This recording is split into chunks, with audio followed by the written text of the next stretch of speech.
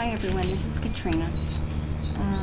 The life of Sybil Ludington is really a remarkable story, and I think it is that remarkable due to the fact that her father, Colonel Henry Ludington, was really a remarkable soldier and leader, and I think she was just like her dad. She was born on April 5th, 1761. Her father had been a mill owner, and the commander of the militia in Dutchess County, New York. He had also been a veteran of the French and Indian War. Now, in the evening of April 26th, 1777, apparently the British General William Tryon had taken his troops to Danbury, Connecticut, and were plundering the town, had gotten drunk on whiskey, and were proceeding to burn it down. Word got to Colonel Ludington, who I understand had a militia of over 400 men. However, they were apparently on furlough that evening.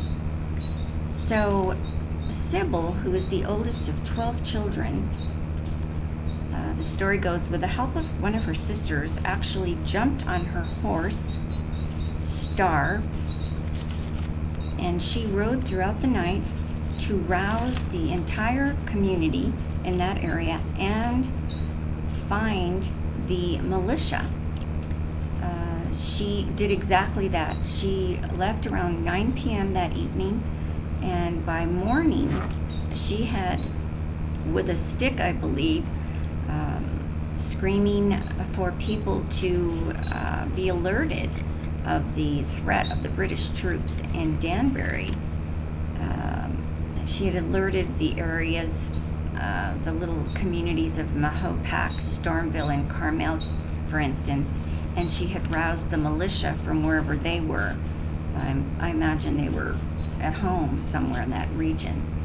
They all met at Colonel Ludington's home, and they prepared to deal with the British and stop the advances that they were making.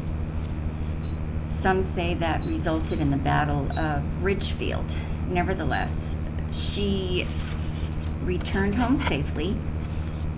She is referred to as the female Paul Revere, and it is said that she either rode twice as far as he had, or even 3 times farther than he had on his horse. Of course, she wasn't captured as Paul Revere had been. She came home safe and sound, and I'm sure her father was very, very proud of her. Her father later worked, I believe, as an aide to General George Washington, who had even sent Sybil, I believe, a personal thanks for the ride that she had made that night. I understand also that terrain is extremely harsh.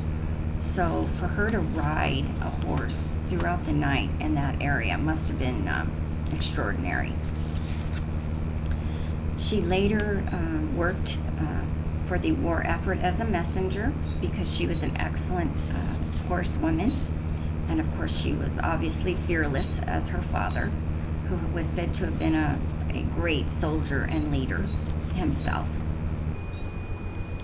Sybil's father, Henry, later wrote in his memoirs of her, "There is no extravagance in comparing her ride with that of Paul Revere and its midnight message, nor was her errand less efficient than his. By daybreak, thanks to her daring, nearly the whole regiment was mustered before her father's house at Fredericksburg." I believe Fredericksburg was later renamed in their honor to Ludingtonsville. There is a statue that was done by Anna Hyatt Huntington of Sybil on her horse Star, which I believe is in the courtyard at the Danbury Library.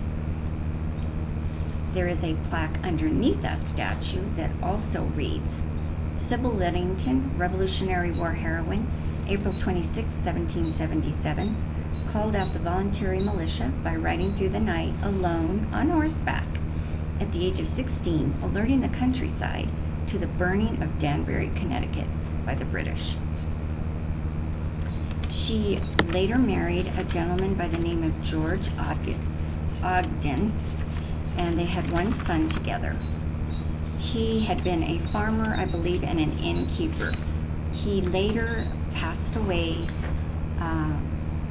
of yellow fever, and she eventually got her innkeeper's license as well and worked in that field for quite a while to raise her son.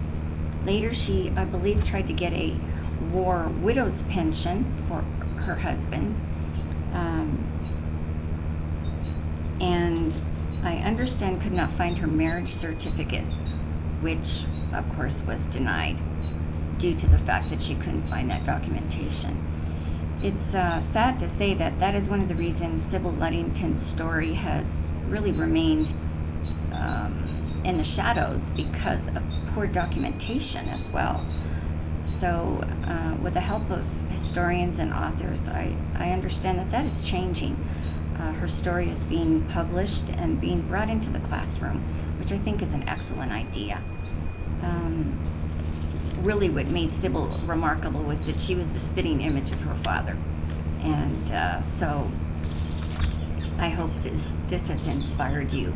And also I will add that in 1995, the NRA, the National Rifle Association, also presented an award in her honor.